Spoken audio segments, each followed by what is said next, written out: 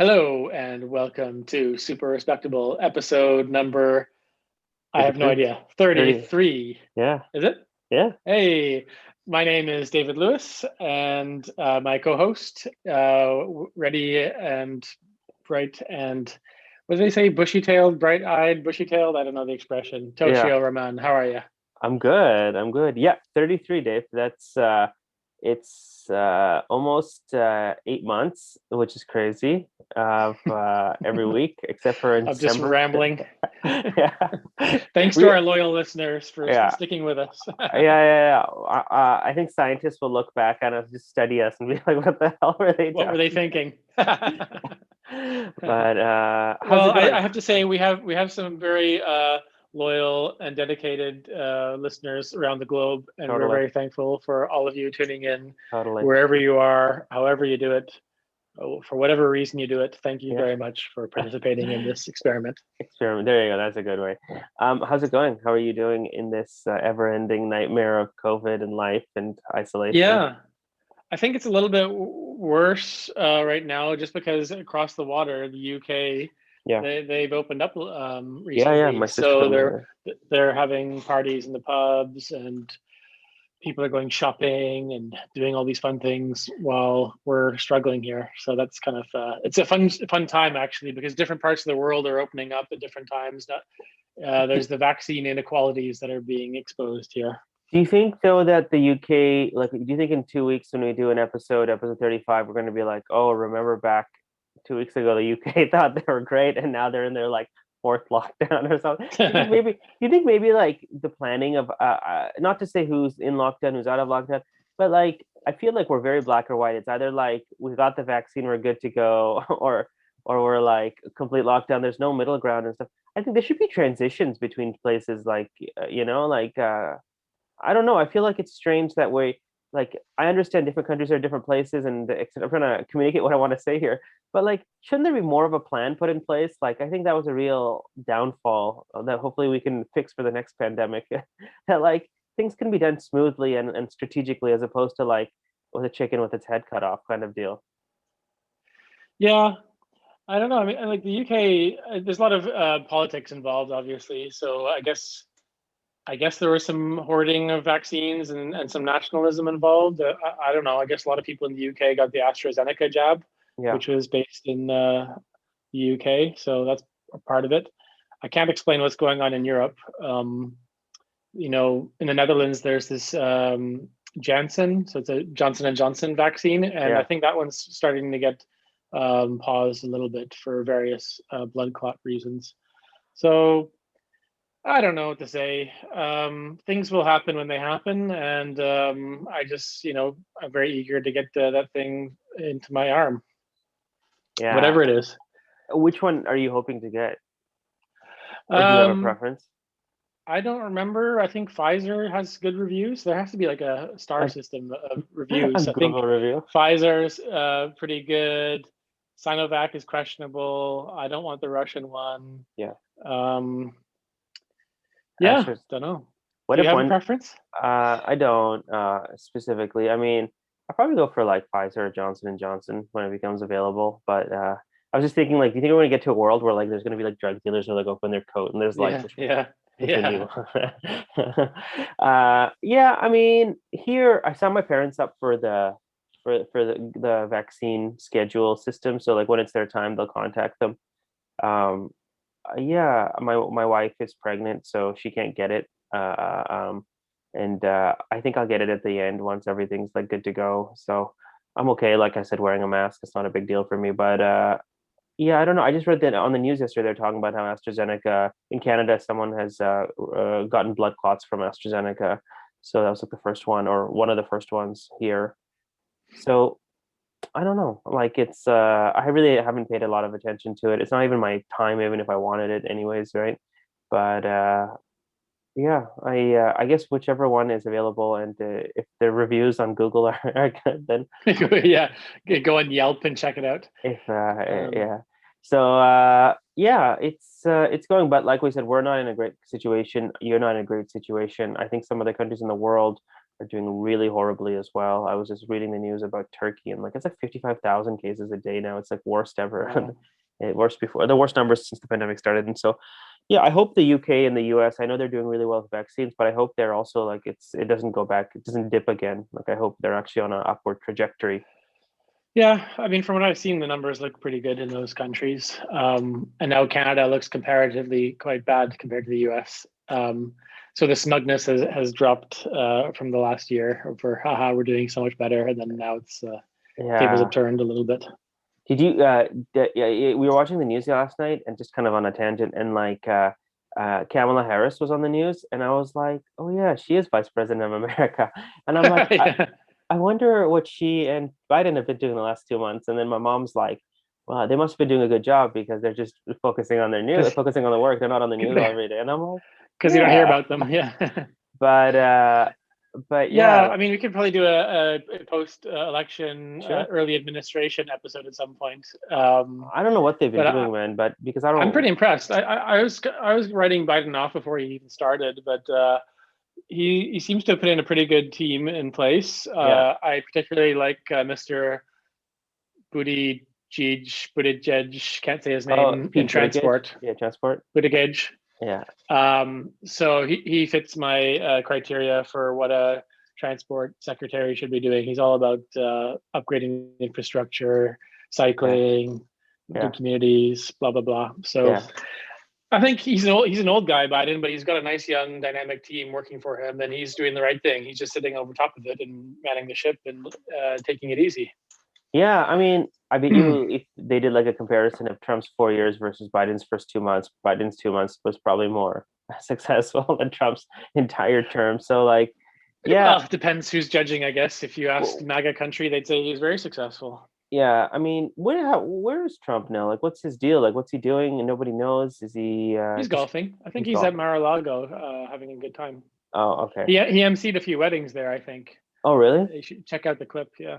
Oh, wow. Yeah. Oh, that's what he does part time now. He's a like Yeah. by the hour So MC apparently he was emceeing the wedding, and then at his golf he club. just went into a big tangent about what an injustice it was that he lost and that sort of thing. Oh, I wonder. I wonder who goes to. Do you think it's just all like Trump supporters and like Trump people who go to Mar-a-Lago who are members at his club, or do you think it's the people like from the left as well, or like is it? It's a golf club, isn't it? Country club, Country golf club. club, a place to schmooze and mingle and network with the great and the good, as they say. Oh, great and the good, like the Jeffrey Epstein type. Is that what it is? That's where everyone kind of hangs out. Yeah, I don't want to get sued for anything for libel. What are the laws? By the way, we should look into that as podcasters.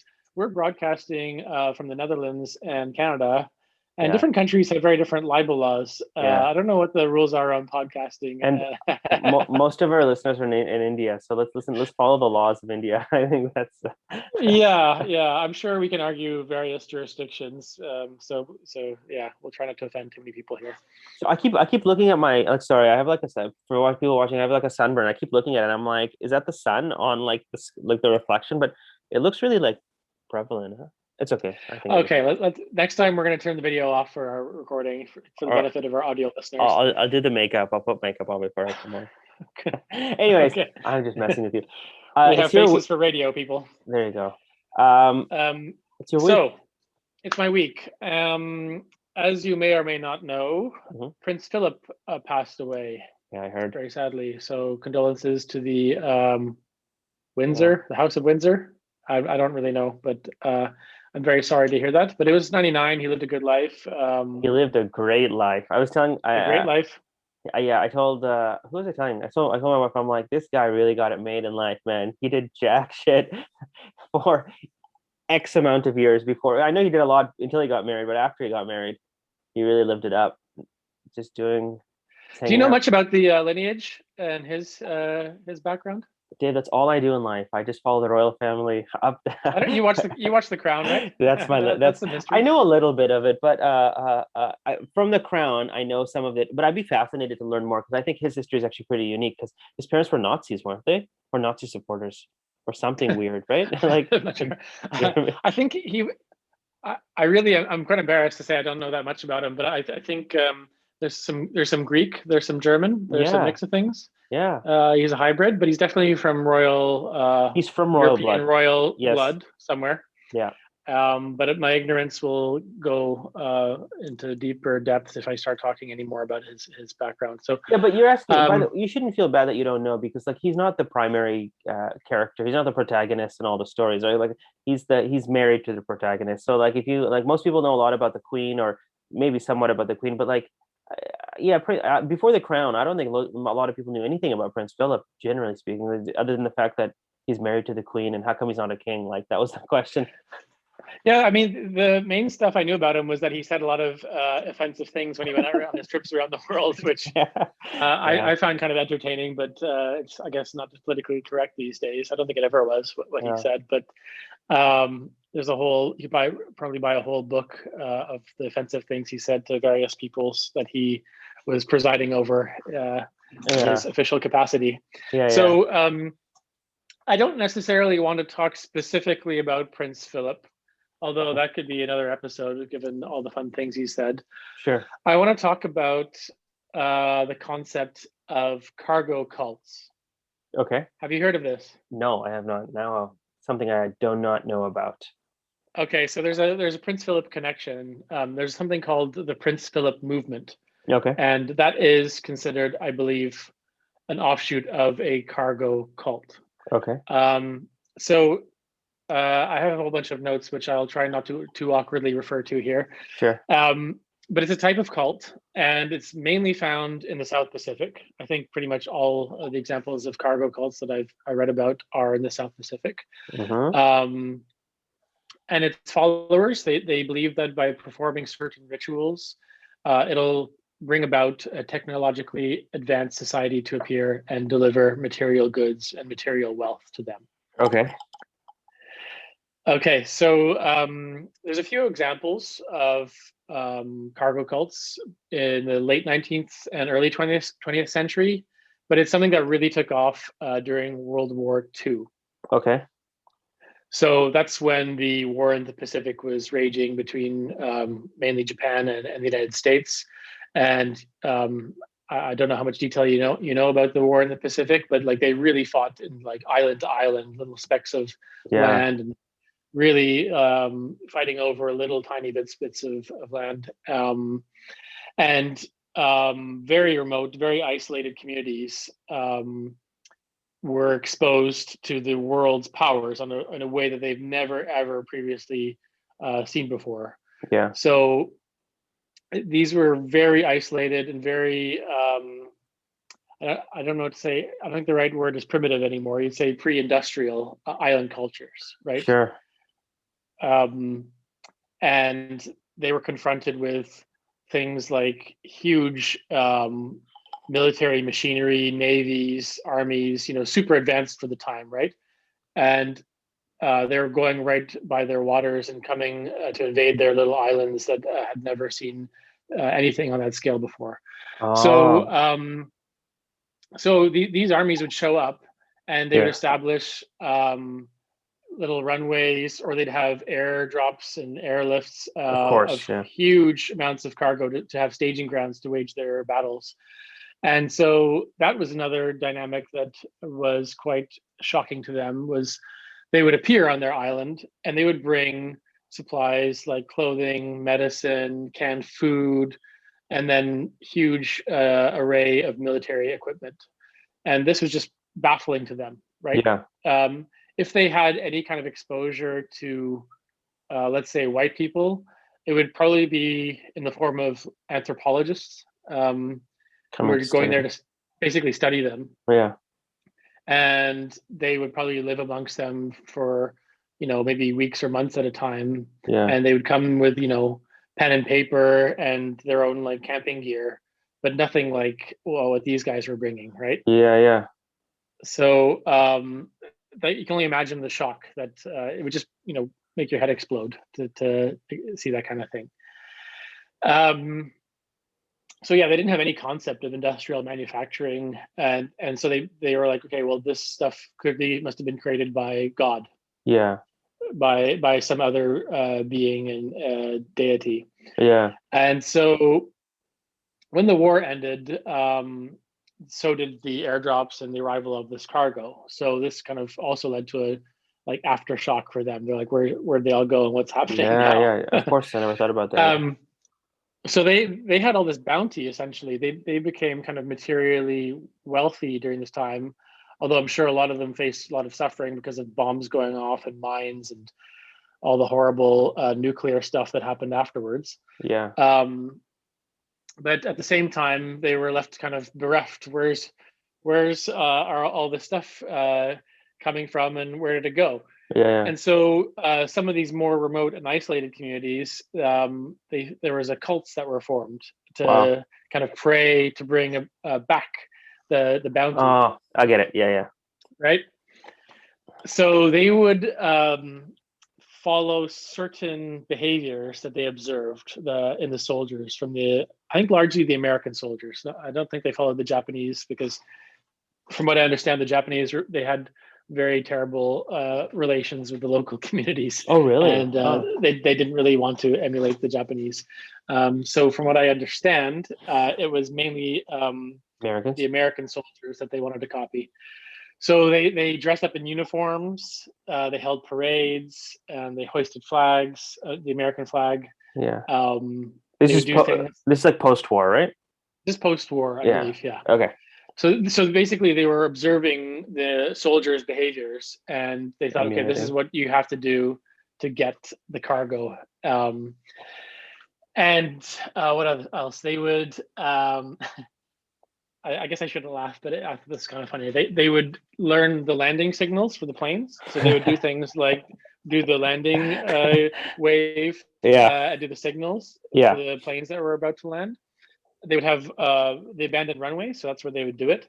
Yeah, and they would light up the runways with torches, and they constructed replica radios and headphones out of coconuts, wood, and straw. Okay. So they had the whole like setup and the whole getup of a military base. They had a whole like watchtower to like look for arriving planes, which sadly never appeared again. But they would be there. Like they wouldn't give up. They were relentless. Yeah. And you can look all this stuff online. I think actually David Attenborough, a very young David Attenborough, did a profile of cargo cults, and you can check it out on YouTube.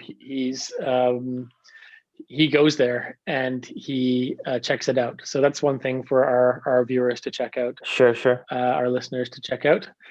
And so this brings us to the Prince Philip connection. Okay. So in Vanuatu, do you know Vanuatu? It's like basically just off the coast of Papua New Guinea. Yeah. Very remote, very isolated, an island chain. And some of these sects were prevalent there. And one of them is the Prince Philip movement. So it's on an island that believes that Prince Philip is God. It's their God.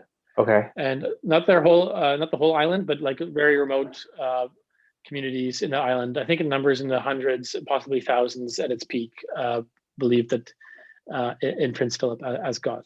Interesting. So the story seems to have roots in a local ancient tale. Okay. Where the son of a mountain spirit traveled over the seas to a distant land where he married a powerful woman and would return to them one day. Wow. So can you see some of the connections already to Mr. Philip? Yeah. Vanuatu at the time, it was known as New Hebrides, I believe. It was a British colony. Okay. And so in the police precincts and in government buildings, there'd be pictures of the Queen and Prince Philip around the country. Yeah. And so some Vanuatuans, I think that's the demonym of Vanuatu. I don't know. I'll ask my friends from Vanuatu. Yeah. They observed this and the reverence with which the colonial officials held the Queen and concluded that Prince Philip had to be this long-lost son. Yeah. Right? Wow. Yeah. So they believe there's another element to this that is part of this story, this ancient tale that they had. Yeah. They believe in peace, and they Okay. believed as the queen's husband, he was in a good position to bring about peace to Oh, the world, and it's so they logic. had a lot of hope for this character, right? Yeah. And so if he was successful, he would come back to their island to live with them Yeah. after he had achieved his mission of bringing peace to the world. Yeah. But sadly, according to these locals, they were just dismayed at white people's stupidity, jealousy, Aren't we and all? never-ending fighting. This was Yeah. preventing them, Prince Philip, from achieving his mission and returning to the island. But his status as a god was solidified and cemented when he and the Queen visited Vanuatu. Oh, no way. In 19 yeah they came in 1974, Oh, and these there guys. was an event. Yeah, there was an event at the Vanuatu capital. I think it's Port Vila, Okay. and he gave a pig to a resident of Tana, which is the island where the Prince Philip movement is based. And this blew their minds. They're like, "This is incredible. Our God gave us a pig, and that's fantastic." Did Prince Philip know of his status from the locals on the So, island? from Like what I read, apparently when he visited, he didn't know, he didn't know. or they upheld his ignorance. They decided Yeah. not to tell him. Yeah. But at a certain point, a few years later, so they visited in 1974, Ah, and I think like 1978, comes back. the ambassador or whoever it was, the representative in Vanuatu, just couldn't hold it in any longer and spilled the beans. Yeah. So he asked for an official photograph of Prince Philip and the Queen to be sent to the sect. So he made an official request to Ah. Buckingham Palace for them to send like a nice framed portrait, I think maybe signed or something like that, to be sent to the villagers. So it's And worth more. he He agreed? agreed. He said, "Yeah, let's do that." And again, this was very well received in the village, and they reciprocated by sending him a pig killing club Oh, to beat a club, to beat up pigs. yeah. And they had their own requests and said, "Can you take a photograph holding this and send it back to us, just as Yeah. proof that Oh you my got gosh. Tell me he did it. it?" Did he do And it? he did it. There's a photograph. Oh my god. Okay, cool. But I know he's made fun of a lot he was made fun of for his jokes and making light of various cultures, but he was very respectful and very serious in his correspondence and communications with this Prince Philip movement. Yeah, of So by then, course. obviously, he was aware of his status, and I guess he maybe got a kick out of it privately, but in public and in his correspondence with them, he was very respectful. And yeah, he took the photo and they sent it back to them, and they were very, very happy. Yeah, I saw the photo here. It's crazy. So he was posing with it. It was taken outside of Buckingham Palace, so on the grounds. So quite a location for that. That's insane. Okay, yeah. And then in 2007, you might find this hard to believe. Yeah. Several members of the Prince Philip movement were flown to the UK for an audience with their god. What, from Buckingham Palace as an act of. So they were flown to the UK and they met him at Windsor Castle. Wow. That's also something you can look up. There's a clip of these guys going to meet Prince Philip. So I think they had the meeting was held behind closed doors, but they had like the before and after. Yeah. And they gave him gifts, and they reportedly asked Prince Philip, "When are you coming back? Ah. Like what's the deal, man? Like you're our god. You should be coming back." Because the belief is that he is not British. Yeah. They believe that he was a son of their island, and he was due to come back according to their tale. Yeah. So he wasn't like, something wasn't right. Like, they're, "Why are you staying where you are? You've done your job. Come back home." Yeah. And he said something very cryptic to them to kind of like not offend them and also not commit to any kind of response, which I'm sure is something that the royal family practices a lot. Yeah. Um, What do you say? so that's Oh, you don't know? quite something. Do you Oh, know? sorry. Do you know what he said?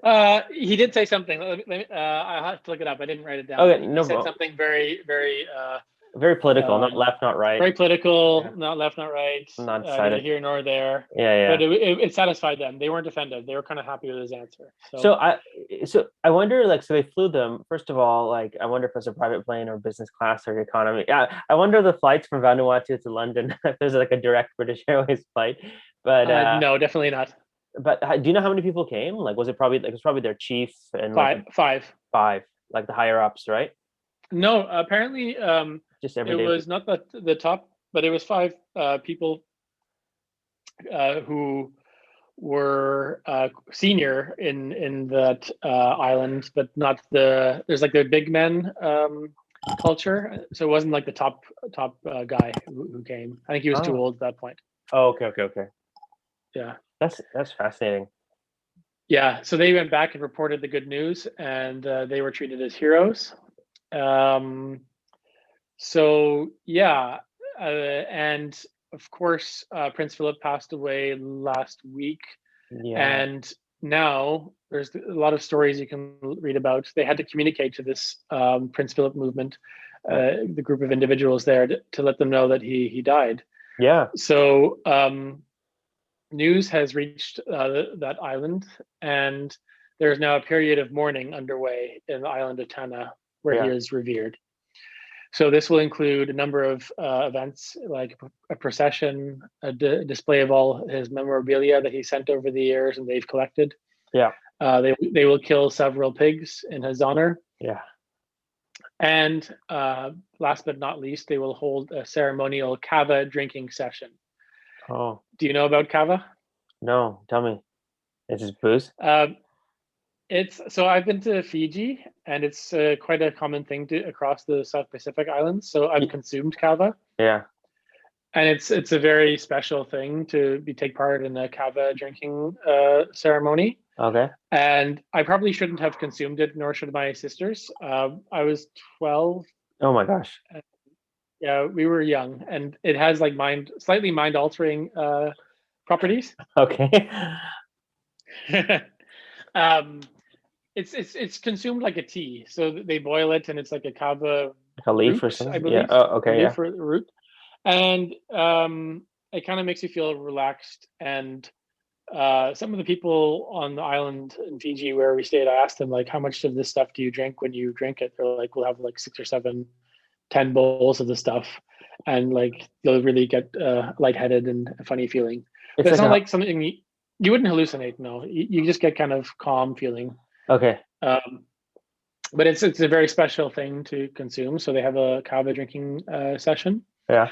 and now they need to discuss what comes next. Like, Who's the next is Prince deity? Charles as next in line to the throne? Will he take up the mantle as the next prince, the god of the Yeah. island? And from what I understand, they said Prince Philip will always be like our spiritual leader, but possibly Prince Charles will be like the physical embodiment of the story from now on. But I think Prince Philip will always have a special place in their hearts. And I'm not sure if Charles has commented on the situation yet, but we'll see. The period of mourning has yet to be played out, so I think it's something for another time to discuss what comes next for these people. That's crazy.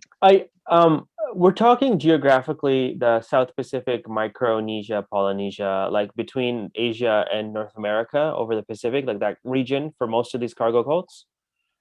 Um, it's mainly Melanesia, so Melanesia. like the island chain off of Papua New Guinea. Yeah. Very remote and very, very hard to get to. So yeah, so the characteristics for these cargo cults, obviously it wouldn't be in the capital of these places, so Kind they of have on the too many offshoot. Yeah. interactions with the outside world. But these are very remote and hard to reach communities. Excuse Um, me. Yeah. yeah, And and so and you had said it's because of during the war that because of the close fighting between the Allies and the axis. They were just going from island to island. That's when all these places were discovered. Is that it? Like to the outside world?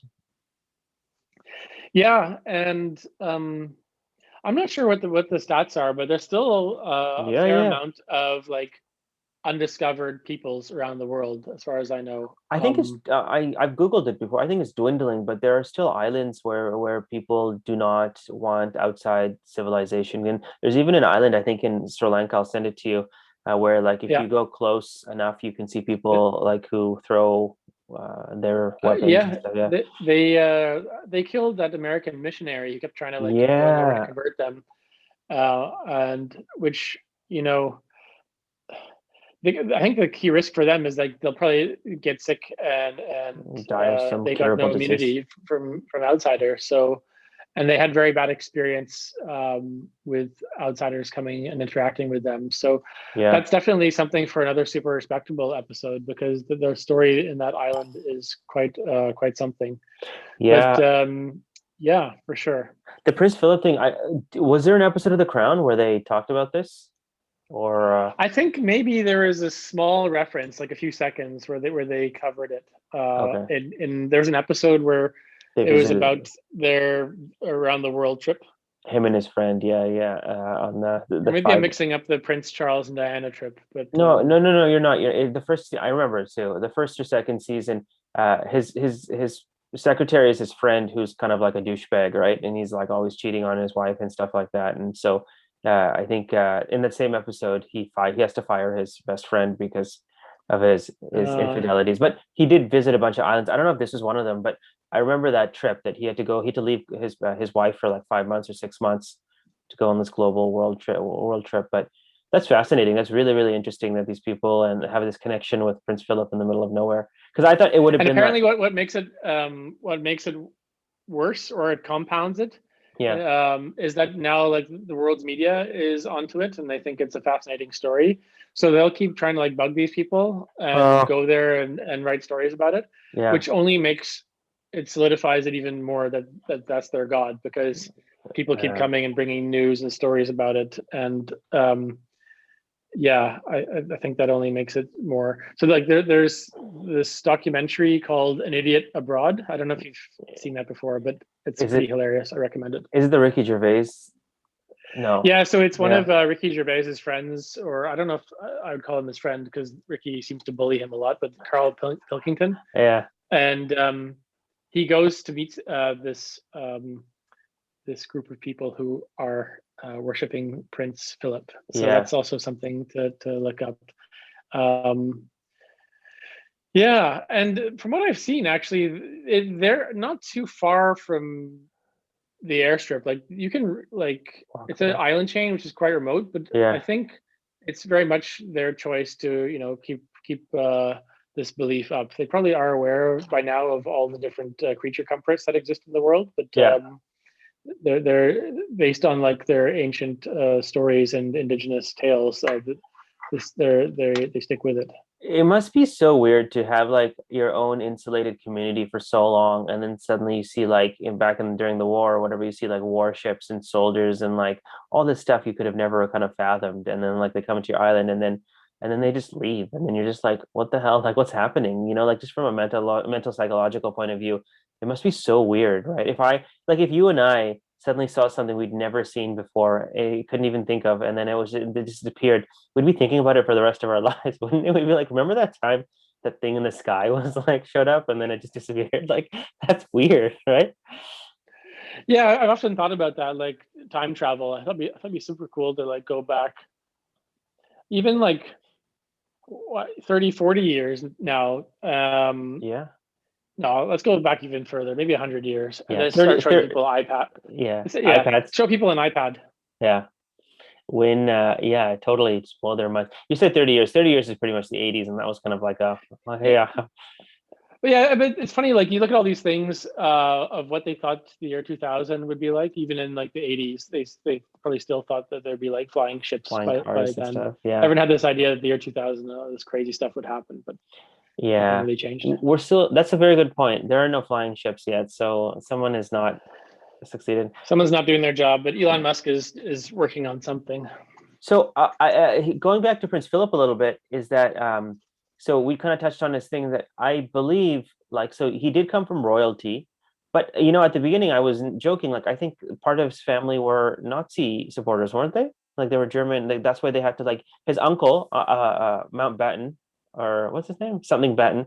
He was a supporter of the British family, the royal family, I think, and then his parents and his sisters and everyone were like Nazi guys. So I think he took control or custody of his nephew, or so he was responsible for I'm butchering my history, but he brought him over to the UK, didn't he? Like didn't this kid have to be separated from his parents because of what was happening? And then his mother was like mentally ill or something, and then she had to go to Greece. She went back to Greece, which her background, and she went into like a nunnery or something. Like, do you know this? Oh The yeah, yeah. That rings bells. But like I said, my education on that aspect of his life comes from the crown, so it's Yeah, very basic and very limited. So I don't want to pollute anyone's brains by having me speak on the subject. I'll do it, no problem. Um, No, no, I of course I don't either. I was always fascinated by the fact that, like, I think he was a soldier. We can agree, right? He was in the army.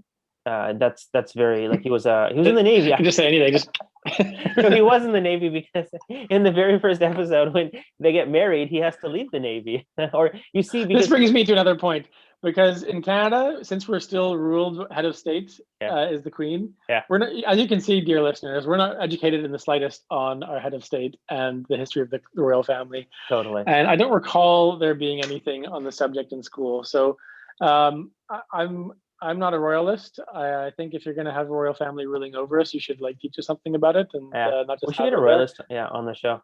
They can walk us. Yeah. Okay, let's not talk about facts because we don't know about it. Okay, once he became, what are his duties as prince of husband to the queen? Like, I guess he's a figurehead, and he's a representative of the firm, just like everyone else, right? Yeah, I think that was one of his frustrations. Like in signing up to the marriage to the Queen, Yeah. he had to, give up a lot of his independence and just go along with these tours and smile and nod politely. And on many occasions, he didn't do that. He said very interesting things. Well, I think if you watch the 4 seasons of The Crown, you'll see that that was the case in the first, like, season, 2 seasons, and then once he kind of like adjusts, he just kind of like lives it up. Like he just doesn't do anything anymore. He kind of like wears his suits, walks his grounds, plays his polo, like he does just like rich man stuff, right? Like, yeah, Yeah. like yeah, like no job. Like I wonder like if they could ever just work too, like normal people, or no, like they just kind of, I kind of felt like he was in a position that he could have done more things, but like he just kind of had to support his wife, which there's not, of course, nothing wrong with that. I mean, supporting spouses is great. Women do it for their men, I guess, most of the time, which is, it's shifting with him. But like I kind of felt like he just kind of wasted a lot of time. Like, did he not? Like I don't know what he was doing the whole time. Well, no, I mean, he was doing his thing, he was going around and accompanying his wife on the various duties, and he was going around the UK and, Okay. um, supporting and giving morale boosts to various groups and charities and whatnot. Yeah. That's generally speaking what any member of the royal household does, with the exception, I think, of Prince Andrew, who does other things. Yes. Um, But how come he was not made a king? Do you know why? Or is it not because his wife is just it's the hereditary line that he's just a prince? Because they made him a prince too, didn't they? Like he wasn't, like he was something else before. Yep, I'm just going to smile and nod as I cannot contribute anything of substance to that question. Okay, no So problem. No, we should probably skip topics. no problem, no problem. Okay, what some of these islands now, these cargo islands, do you think any of these places have gone back to their original status, or no? Once they've been kind of they've seen the outside world, even though it's been like 80 years since World War II or whatever, like they're more modernized. They must be more modernized. Like people, missionaries, the heads of, like they're. I see you said they were little islands in bigger countries. People at governments, they must have come into these places at this point and just given them basics, right? Um, yeah, I imagine the development has happened, but on a very small scale. Yeah, Um, I can't imagine they have broadband internet yeah, access of in course. these communities. Even, I don't know, running water and potable water is probably a challenge in some of these areas too. Yeah.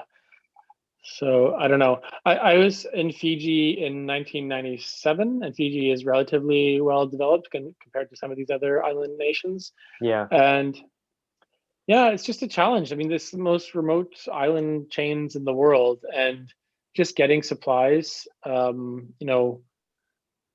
We kind of talked about it a couple of episodes ago when Steve Tomask was on about how what a challenge it is to bring things like fresh fruits and vegetables up to the northern Canada or even northern Ontario, Sure. and how much it costs and how expensive it is, because they're not densely populated and heavily populated places either, Yeah. and they're not in the big shipping routes. So there's a whole bunch of other factors that limits the ability to trade and expand and grow from a capitalist perspective. I'm assuming they're mostly agricultural based societies, right? They grow their own stuff, probably, or they used to before the outside world came in. They probably. I think even on that count, they're still quite hunter gatherer in some respects. They don't have set crops that I think that they're growing every season. But they used to be self-reliant on one another, on themselves, right? I think there's very much self-reliance there. Yeah. Do you think COVID has hit some of these communities, or like do you think being isolated is actually like a benefit in terms of? It's probably all right for them. Social distancing and isolation is that's where a key benefit is right now. I don't know what the numbers are like in these island chains, but they're probably happy not to have any visitors at this point in time. My mom went to some of the smaller islands off the coast of Australia, which is like, I think you're talking a little bit more left, but like, like Tongo and like Tabut, I forgot the names and stuff. But like, I think they were a little bit more commercialized and stuff. And so like Fiji, but she was saying that it was really fascinating to go there and it was a very different way of life. I'd like to go. You haven't been to these countries? Yeah, I haven't. But I'd like to if I had the opportunity. It's just tough. I mean, just the journey getting there is a real challenge. We went on this very cool trip in '97. So it was Hawaii, then to Fiji. And I just remember going in Fiji, you'd go to like Suva, the capital. Yeah. And then there's like tons and tons of different little islands. And to get on the plane that we took to get to this island where we stayed for a week, we had to be weighed. They had to, check our weight and luggage and everything for the plane. And for the plane, because you didn't want to have it off balance. And I was like, well, I've never been on a plane where you had to check that sort of thing before. And we just fly at not a huge altitude, and so it was at a level where you could just see all these little communities just dotted around the islands. And I'm like, wow, this is just mind-blowing how people live in different parts of the world. And then from there, the journey had just started. We landed in another island. They would take I think another plane, then another boat.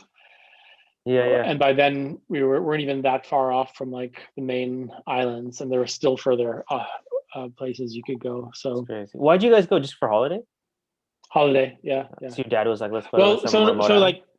Well, we were on our way to New Zealand because my dad took up a gig it was meant to be for a year to work at a hospital in New Zealand. So why not stop off in some very nice places along the way? Yeah. So that's why we went. Did you live in New Zealand then for a year? It was meant to be for a year, but I don't know how long it was in the end. I think a month or two. But we had to cut it short. But Federica, my girlfriend, she worked in New Zealand for a couple of years. Wow. And she had the great fortune to travel to some of these places. I believe she's been to Vanuatu. Okay.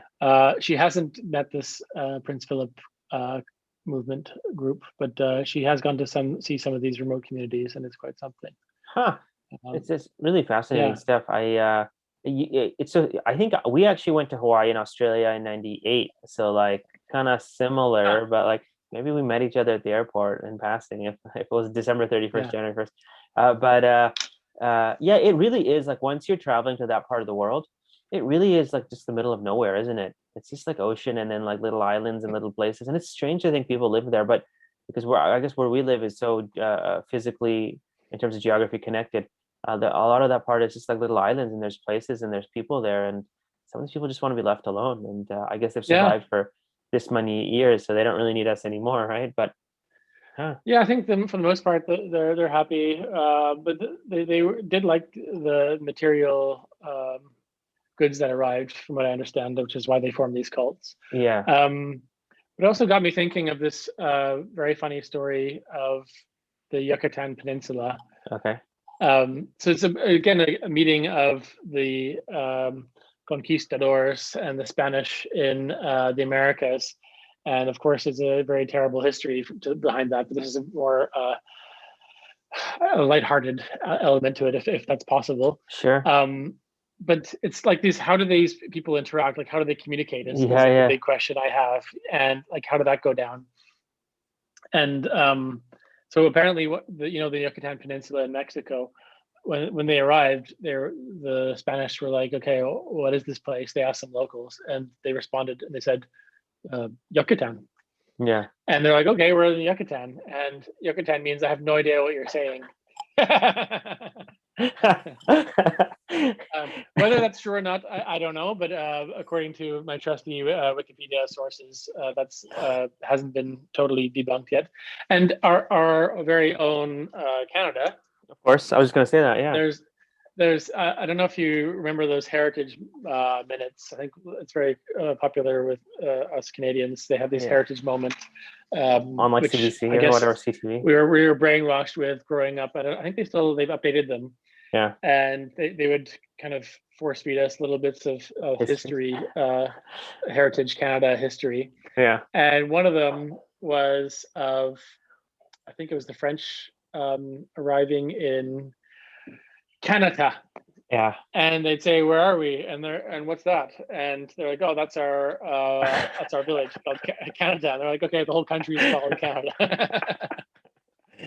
you know, I totally know what you're talking about. Those like low budget government of Canada infomercials that were like 30 seconds long, and like actors were like, they didn't know their lines properly, and there was like low production value. You could tell it's like a very Canadian thing. It's so funny. Just on a side note, so like my wife is from Morocco originally, and so we moved here. So she's getting like, she's been to Canada before twice, but now we're living here, right? So like I've been like kind of like showing her like different aspects of life and like, look, oh, that's very, this is like so whenever we watch like Canadian television, I'm like, this is like what Canadian television is like the CBC. And she's like picked up on the fact that CBC is like much different than like other channels. So it's like very Canadian.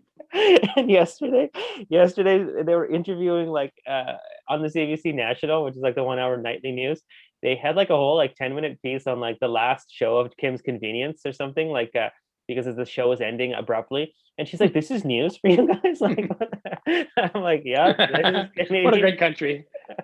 But that's totally it. Like, it's. I was just thinking, like, I wonder what it was like when, like, the indigenous faced, like, the first people who came to this country, and like, how did communication work? What are all the things? Because in the history books, we learned that was like they gloss over that part of it. They're just like, oh, they came and then boom. Like, but what about that Boom. transition period? Like they always mention a little bit of good, right? They're like, oh, they brought medicines. Oh, and they brought like new technologies. Oh, Mm. and then it's like, then what happened? And then boom, right? Yeah, because like, how do you convey, if you have them, peaceful intentions? Because Yeah. I'm sure, like, if you're faced with someone who's showing up in a huge boat, gunship, and all sorts of things, they probably don't have peaceful intentions. But like some American soldiers were like, "Don't worry, we're cool. We just want to like hang out in your space for a little bit, Yeah. and just play along while we move from island to island." Yeah. And so I guess from that perspective, it was okay. But others are like, okay, missionaries, there's a whole weird angle to that. But some of these anthropologists who just want to come and spend time with them, Yeah. they have a challenge of trying to say to them, because there's so many different languages spoken in these communities. How do you go about and say, please don't kill me, first of all, and I don't want to kill you. I just Yeah. want to hang out. That's primary. Yeah. Yeah. You have to, like, I guess it's a universal, right? A hand gesture, like, I come in peace, Yeah. hands in the air. Yeah. Uh, Yeah. Google Translate obviously didn't exist then, or nor maybe it doesn't even have all the languages now. But Yeah, that's crazy. I actually, it's so funny you mentioned that. I was watching this miniseries the other day on Amazon Prime called The Stand, based on Stephen King's book, The Stand. And first of all, Stephen King is whack, man. I don't know how he comes up with like such weird ideas that are just so creepy. But anyways, have you read the book or seen the series, or you know what it's No, about? no. It's pretty much about good and evil. It's the end of the world, and like a group of people end up on a good side, and a group of people end up on the bad side, and it's a battle between the two. It's like kind of end of day stuff. And then the leader of the bad side, who's not the devil himself but very close to it, he gets outcast at the end. He loses, and he gets sent to pretty much like this remote area and community, like the islands we're talking about. And so when he comes up to the islands, they don't know what he is. They don't know what they're speaking, so they want to attack him. But he has a gun pretty much, and he kills one of them, and then they just pretty end up worshiping him because they're like, oh wow, who's this guy with like this technology, and he can do all this weird stuff. So it was funny you mentioned that it connected. But I wanted to say is that on another side note, is that there's a really cool. I've been reading these cool websites about some of these islands that were occupied during World War II by the different forces, and then after World War II they've left. And so you have like a bunch of islands around the South Pacific where there's nobody living on them, but there's like infrastructure there in place, right? Like a little bit of military artillery, like bunkers and all this and stuff. So you can go to some of these islands where there's like structures built, and now they're just isolated, which is kind of cool from a historical point of view. That like these islands were used for something, and then now they're just sitting there.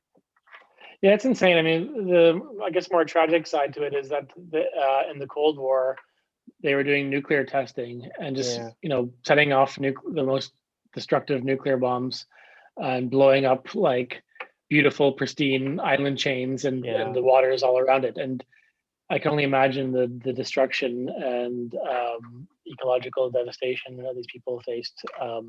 yeah, Obviously, they were like forcibly relocated, and they didn't.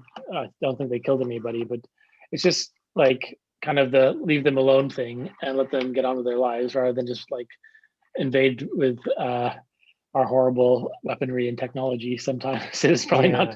not what they want. I don't know. I mean, I always thought it'd be cool to be an anthropologist or like an archaeologist, like Indiana Jones growing up, and like it probably is pretty cool. But like, that'd be cool to figure out how they do communicate with new groups of people, like what the initial protocol is and stuff. I want to Google that after. I want to Do you know figure it any anthropologists? out for our show, so we can have someone on. I'm Uh, thinking like I went to SOAS, which I believe produces anthropologists. So I'll have to check my Rolodex to see if there's any we could bring on as a guest. yeah, Dave, if you still have a Um, Rolodex, I think it's you're living like back 50 years ago. I think But that's one of those things that should make a comeback. You know how record players made a comeback. There's a few manual analog things that's one of them. I agree. I don't know any, but I'll look into it. But I got a couple things to Google this time. I'll Google the Rolodex as Yeah, I an don't think anthropologist. Carlton produced many anthropologists. That wasn't Yeah, one of the programs, was it? I don't know. I didn't take any classes. Did So you? I remember there was a lot of people doing sociology, Yeah. but I I'm not sure what that is. I was like those idiots. Political science is the way to go. Yeah, that's where it's at. A much more meaty subject. Yeah, yeah. In 21 years, my friend and I will have a podcast where we can talk about the death of a prince Yeah, with political yeah, science. we'll show you. Talk about sociological subjects. I'm gonna send us some links and stuff if you got some cool things from this episode, photos, this that Prince Philip thing doesn't surprise me. I was pretty much like, yeah, that when you told me, I'm like, yeah, that makes sense. Like I don't know why, but I did I do know about Vanuatu as a country. I've never been. Sure, I'll go. No problem. I'm assuming it's probably like beautiful, right? Sandy beaches, blue waters. Like, Yeah, it's not like one of the main tourist islands like Tahiti and Fiji and the French one. I cannot remember the name. French Maybe it was Polynesia. Tahiti, French Polynesia. Yeah. Um, I think Vanuatu is just too remote and too challenging for many Yeah. reasons. But Is it still a British colony? Do you know? no, they got independence, I believe, in 1980. So they're Represent. still part of the Commonwealth, like we are, but it's independent now. So There you go. yeah, And my there final you go. question is, what ended up happening to the pig that Prince Philip gave to the tribes? And do you think it's still alive or it's still roaming around? I think it's I don't think so. I think the pigs are an dead. important source of protein for those people. So they probably ate Ate it. it. Yeah. They killed it. Very cool. Yeah, Anyways, there you go. thanks for the episode. Very timely, very interesting. All these little things. I've definitely thought about it. I didn't know there was a name associated with these phenomenon. So thanks for teaching me something today. Yeah, it's getting a bit, possibly in a few years, it'll be politically incorrect. But for now, I think we're okay. Cargo cults, huh? Very cool. There Anyways, we go. David Lewis from the Netherlands, thank you so much. Thank you to our listeners if you made it this far into the episode. I Yes, appreciate it. thanks so much, and wishing everyone good health and happiness and safety during this time. Absolutely. Bye For bye. now, see you later.